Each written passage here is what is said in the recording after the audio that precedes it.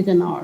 Dhe pa tjetër që ekziston dhe një rregull që thotë 10-3-2-1. E paska mirë se gjithmonë flet thuja se të njëjtën orë veç në ora 2 të natës. Po.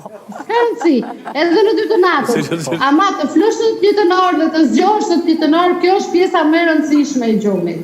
Pastaj, nëse doni të bëni një gjumë cilësor, ekziston edhe një rregull që quhet rregulli 10-3-2-1, që thuhet nuk duhet pini kafeinë 10 orë para se të flini, nuk duhet hani 3 orë para se të flini, 2 orë para se të flini duhet të pushoni së punuarje ose të kryeri aktivitet fizik, sporte e me radhë, dhe njëkohësisht nuk duhet keni një shkëputje prej ekraneve orën e fundit para se të vini për të fjetur. Si ishte ajo 10 për çfarë ishte?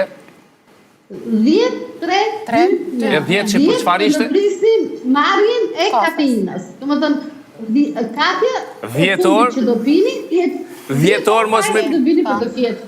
Ja për 10 minuta ata kisha pranu veç 10 orë. Jo. Okej, dëgjojeni pra, 10 orë para gjumit. 10 orë para se të keni orarin e gjumit, e mira është që të mos pini kafe. 3 orë, 10-3-2-1, kështu ekziston një rregull.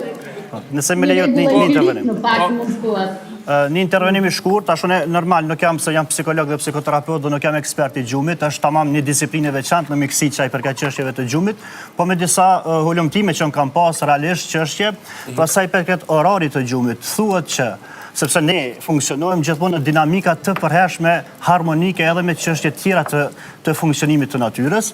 Pra kur flasim për melatoninin, që është hormoni i gjumit, na do të kuptojë që ajo varet shumë nga drita, varet shumë nga temperatura dhe varet shumë nga faktorë të tillë në farforme. Prandaj kur flasim për orën, pretendohet që ora 21-23 është ajo dera kryesore më e mirë që lidhet me dinamikat e diellit, hënës dhe pozicionit të tokës dhe me temperaturat edhe errësirën e thelluar gjatë kësaj kohe në farforme. Prandaj mund të jetë një indikator jo me patjetër 100%. Kjo orë nuk është në gjithë botën njëjtë. Edhe kjo farë drita nuk është e intensitetit njëjtë.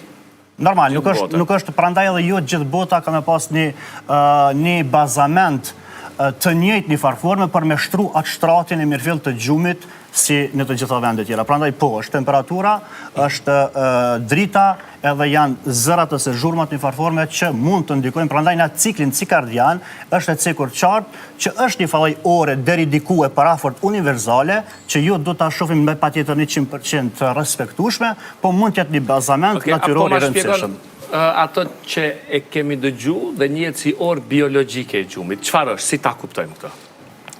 është thjesht vetë organizmi e kryon mënyrën e funksionimit vetë.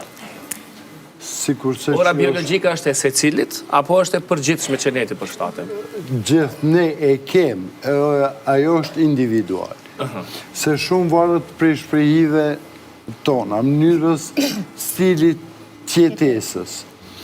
Qka është shumë e rëndësi? është shumë e rëndësi që të mësohemi me qenë të vetë disiplinuar. Edhe ajo e kryon edhe në një farë mënyrë mësom e kurdisat orën tonë biologjike. është ajo vetë disiplina për gjumë, është për ushqim, për aktivitete fizike, të shtume, një pushim, edhe kjo këtë e kryojmë ne me kohën, edhe e kryojmë një orë tonën biologjike.